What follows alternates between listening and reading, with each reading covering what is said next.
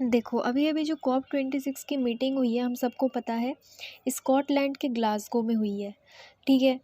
तो वहाँ पर हमारे मोदी जी ने कुछ प्लान्स बताए हैं अपने, एक गिफ्ट जैसा समझ लो, ठीक है? जिसका नाम दिया है पंचामृत, क्योंकि इसमें ये जो प्लान है, इसमें 5 पॉइंट्स हैं, ठीक है? तो पंचामृत इसका नाम दिया गया है। देखो, कॉप 26 की जो मीटिंग है वो हम सबको पता है कि क्लाइमेट चेंज को लेकर हुई है, ठीक है ना?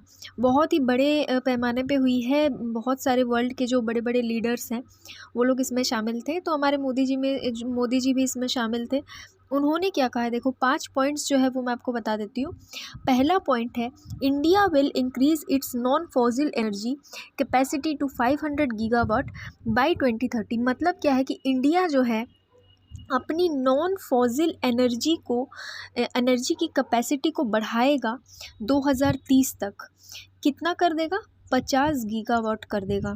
नॉन फॉसिल एनर्जी कौन सी हो जाएगी? देखो, फॉसिल एनर्जी कौन सी होती है? कोयला, ठीक है? जो फॉसिल फ्यूल्स हमारे होते हैं, कोयला, फिर लकड़ी, ये सब चीज़ों को जलाकर जो एनर्जी प्राप्त होती है उसको फॉसिल फ्यूल के द्वारा प्राप्त की गई एनर्जी बोलते हैं।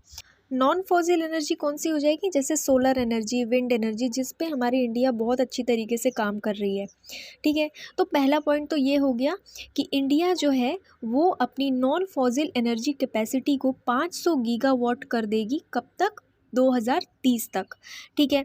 दूसरा पॉइंट मोदी जी ने क्या कहा है कि 2030 तक इंडिया जो है वो अपना एनर्जी रिक्वायरमेंट 50% एनर्जी रिक्वायरमेंट जो है वो रिन्यूएबल सोर्सेज से पूरा करेगी।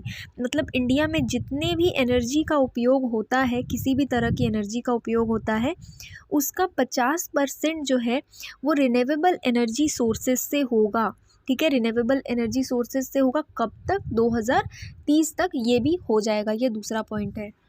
रिन्यूएबल एनर्जी सोर्सेज का मतलब भी यही है, सोलर एनर्जी, विंड एनर्जी, फिर पानी से जो एनर्जी बनाई जाती है, जियोथर्मल एनर्जी, मतलब कि अर्थ के हीट से जो एनर्जी बनाई जाती है, मतलब जो कभी ख़त्म नहीं होगी, ठीक है ना? जो कभी ख़त्म नहीं होगी उनको रिन्यूएबल एनर्जी कहते हैं।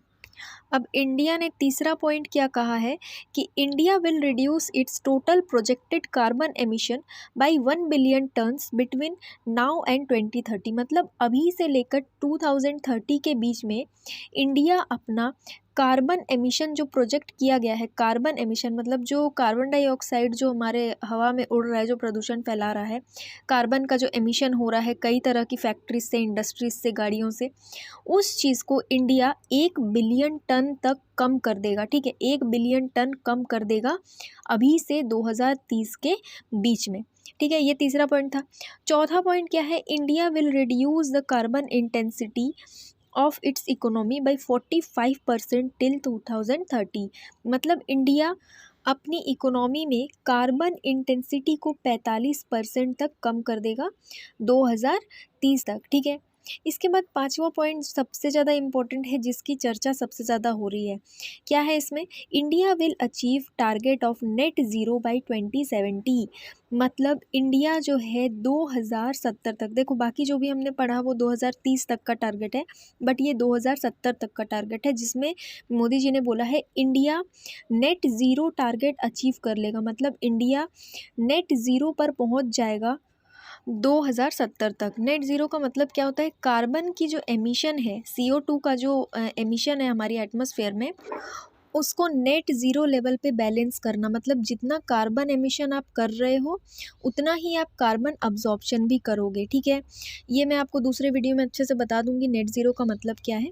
तो ये है पंचामृत के 5 पॉइंट्स जो हमने डिटेल में डिस्कस कर लिया है। फिर भी अगर आपको कोई डाउट या कन्फ्यूजन हो तो आप मुझे कमेंट में पूछ सकते हो, ठीक है?